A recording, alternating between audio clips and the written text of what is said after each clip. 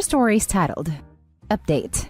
Am I the a-hole for asking my dad if he missed my birthday party to be with his other family? Original story. My parents divorced 3 years ago because my dad had an affair and the lady got pregnant, and he left us to be with her and a kid. My sister and I hate him, but our mom still wants us to have a relationship with him, so we see him once or twice a month to make her happy. My sister and I turned 16 on Saturday, twins. We had a party in the park with our aunts, uncles, cousins, and grandparents from both sides of the family. We all wore masks. The only person who didn't come was my dad.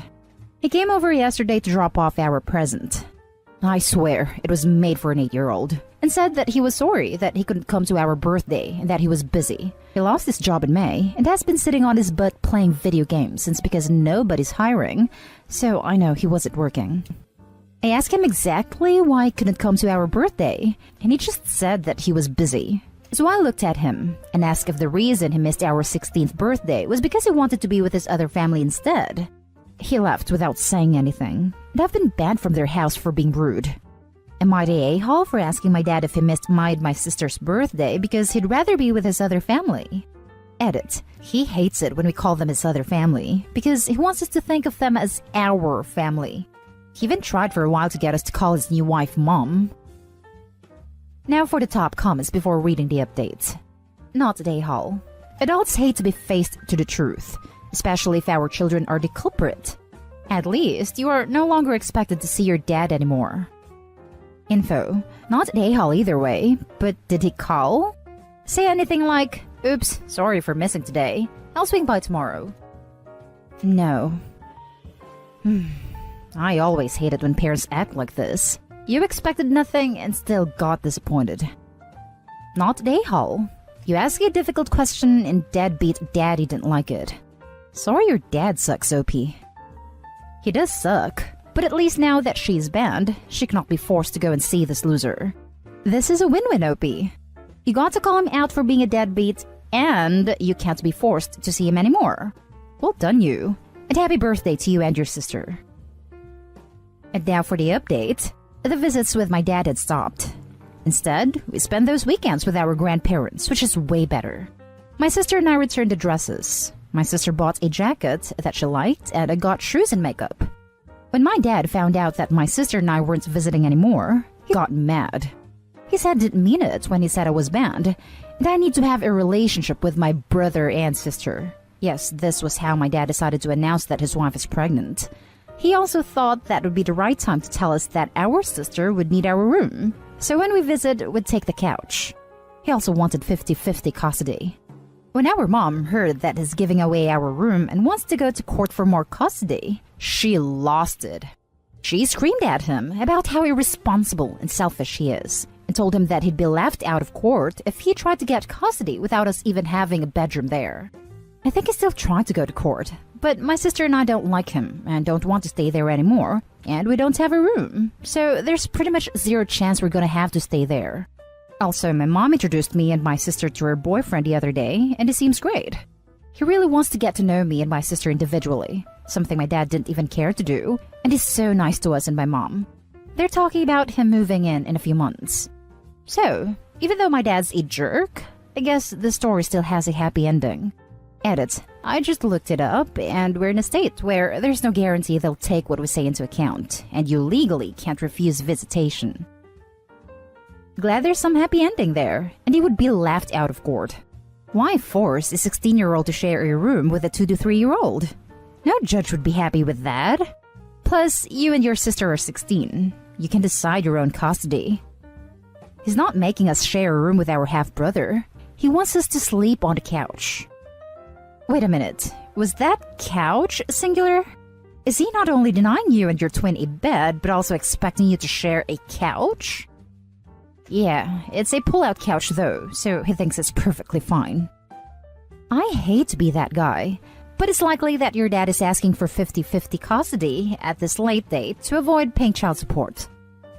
Or so he and his wife can have free babysitters. God, your dad sounds like the most embarrassing idiot ever. He doesn't even work and sits around playing video games all day, and that other woman desperately wanted to nab him? Good riddance. I'm so glad things worked out for the better for you guys and your mom. Right. Imagine how pissed off she must be. Congrats, you stole your man. Have a potato that does nothing but consume resources and impregnates you. Oh, and have fun spending part of your paycheck on his child support. Mwah. Now for the next story. Am I the a-hole for shaming my family for not supporting me enough during my cancer treatment? I think I'm in the right on this, but I've also been told I'm an abrasive a-hole, so maybe I should have handled this differently. I'm 25 female and have cancer. I'm not going to die. We caught it early enough to know that I will survive this. Chemo sucks. I'm already sick of the G.I. Jane / Natalie Portman / Imperator Furiosa jokes after I shaved my head, but at least I can now smoke pot in a state that bans recreational marijuana use.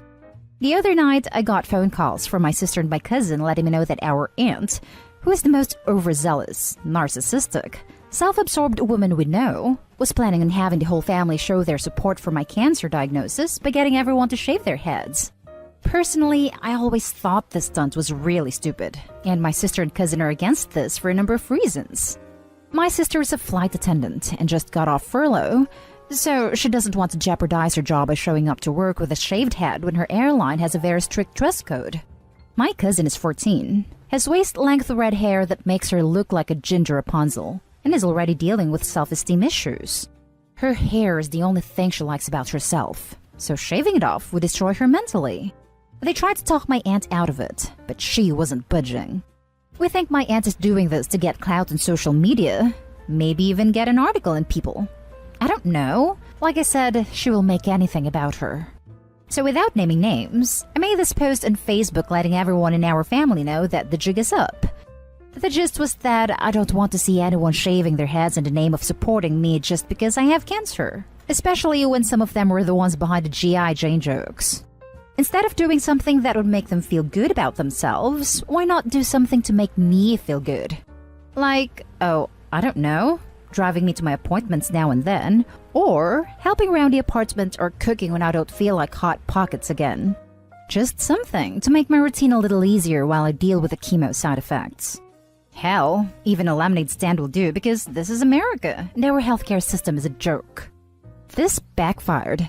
And now many of my relatives, spearheaded by my aunt, are putting me on blast by calling me ungrateful.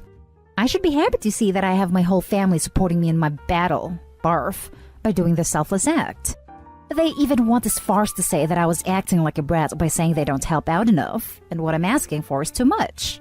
Even though they have done diddly squat since I got my diagnosis. So now my family, except my sister and cousin, think I am an entitled jerk who is using her cancer diagnosis to get more out of them. And maybe I am the a-hole for how I handled this. I need a second opinion.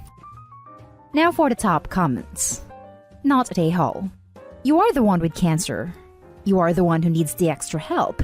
And guess what? Forcing a 14-year-old girl to shave her head is gonna do what? Having your poor sister who just got her job back put that in jeopardy is going to do what exactly? Play the cancer card. I have cancer. Bug off. I know, right? I'm not a fan of our extended family, but I love my sister and cousin. I would be furious if their lives got screwed because of me. My sister's career is everything to her, and our cousin is just the sweetest little cinnabon. I am quite protective of her. Dear family, it has come to my attention that some of you think I'm attempting to use the cancer card to guilt you into supporting me through my treatment. Nothing could be further from the truth. Help or don't help. I care very little at this point. What I do care about is that a couple of my relatives are being pressured into shaving their heads against their will by a certain someone, risking their careers as well as their self-esteem. I cannot stress enough that I am totally against this pointless virtue signaling, and will call said person out full blast on every social media outlet I have should any of you be forced to go bald against your will. I apologize if my first post made me seem entitled and selfish, but I'm sick. Yes, cancer card played. And tired of the self-righteous BS and a certain someone's desire to gain likes at my expense. You know who you are. Stop it now. Love, Opie. Not a hole. Not a hole. I had cancer, so I'm sorry to hear that. I know firsthand it sucks. They're trying to make you feel like the a-hole because they want to support you in the way they feel like supporting you, and not the way you want to be supported. That's complete BS in my opinion. Forgive me if I'm making an assumption here, but it sounds like you have attention monsters on your hands here. They're unwanted and unneeded. It sounds like your aunt especially wants to talk about this when asked, so people can say, "Oh, how nice of you to join her," so she can look good. It's crap and you really don't need it on top of this. Not Day-Hall. This support is what people who don't want to provide actual help do. To save face and gain social points, just like you pointed out. Your aunt can bug right off. Take my word for it. I'm just about to go no contact on this branch of the family. I'll make my own family with my sister and cousin. Now for the last story. Am I the a-hole for refusing to drive my granddaughter home from school after this summer? My son and his wife had an almost 4-year-old daughter together. Last year, they had to move from City A to City B, about 20 minutes without traffic, away because it's cheaper to live there. My son still works in City A, and therefore they chose to keep their daughter at her daycare because he had to come here anyway for work every morning. I also live in City A and work there. I get done with work around 3. The issue is my daughter-in-law doesn't drive. My son does, but he doesn't get done with work until 7 and the daycare closes at 5:30. They came to me last year and asked if I would mind driving my granddaughter home every day. They offered to give me gas money, and at first I agreed because it seemed like good arrangement. I work close to her daycare and get off before they close. After a year though, it's became a problem. There often isn't traffic on my way there, but I get caught up in it on my way home. Honestly, while it's only 3 days a week, it's become such a chore, and while I love my granddaughter, I couldn't keep it up. I did warn my son and daughter-in-law a few times that I wasn't sure how much longer I could do this, and they told me that once she turned 4, they plan to send her to a preschool close to daughter-in-law's work. So I figured the end was in sight. Recently I mentioned something about the preschool, and my daughter-in-law said it was too expensive, and since the daycare does a lot of activities with my granddaughter, they want to keep her there. I said okay, but I was done driving once she turned 4. I said that we originally agreed it'd end then. This also gives them 4 months to find a new daycare or figure out a new ride situation. Now my son and daughter-in-law are upset with me, because apparently they have no one else that can drive her home from her daycare, and they'll have to move her to one that's closer, which will be traumatic. She's a very social and bubbly little girl. I said I'm sure she'll be fine switching to a new school. That was the plan in a way, wasn't it? They told me that they guessed they'll have to find somewhere else, then started guilting me that I was causing her daycare to lose money. I said that wasn't my problem. They also say I have no good reason to stop, but I pointed out I don't need a reason. I've still been driving my granddaughter home as she doesn't turn 4 until the summer, but things are tense. Am I the a-hole? Edit, please stop judging my daughter-in-law for not driving. She has a medical condition that prohibits her from driving. Not the a-hole. They're being completely unreasonable and ungrateful to boot. If you feel like being a saint among saints, you can offer to drive her to her house and watch her until her dad gets off work. I have no interest in watching her. I love her, but she is a handful, and I couldn't watch her even for a couple of hours a night. That's perfectly fine. Good luck with your kid and his partner. They sound like a handful too. Since daughter-in-law can't drive due to a medical condition, she can take an Uber to pick up their daughter. I bet they'll find a preschool is much cheaper than using Uber 3 days a week. Not a day-hall. They're being lazy and cheap. You gave multiple warnings, well, in advance. You all agreed on a course of action that resolved things and an end date. Then they unilaterally backed out and didn't tell you. If you hadn't brought it up, I can imagine them calling the week after her birthday, wondering why you weren't picking her up. They still have ample time to find an alternative arrangement. They just don't want to, because it's easier to make you do it and not change. Be careful not to fall into the trap of explaining your choice. Just stick with, "I'm sorry, it's impossible," and you should be golden. For what it's worth, the daycare will not lose money. Any daycare worth its salt has a mile-long wait list of children ready to step into a vacancy. Not day-hall. Been there, done that. I used to schlep someone from Minneapolis to St. Paul every day. It got old, but I kept up my agreement and did it for a year. They squawked when I said that once the year was up, I was done with that. This was temporary, but they wanted it for as long as they wanted it. Kind of like your son and daughter-in-law. Excuses, excuses, but it eats into your day, and this isn't your child. You already raised yours. And that's the end of this video, folks. As always, leave a comment and hit like and subscribe. And if you want more of this content, turn your notification on to get updated on the latest videos. And I'll catch you in the next one. Stay safe.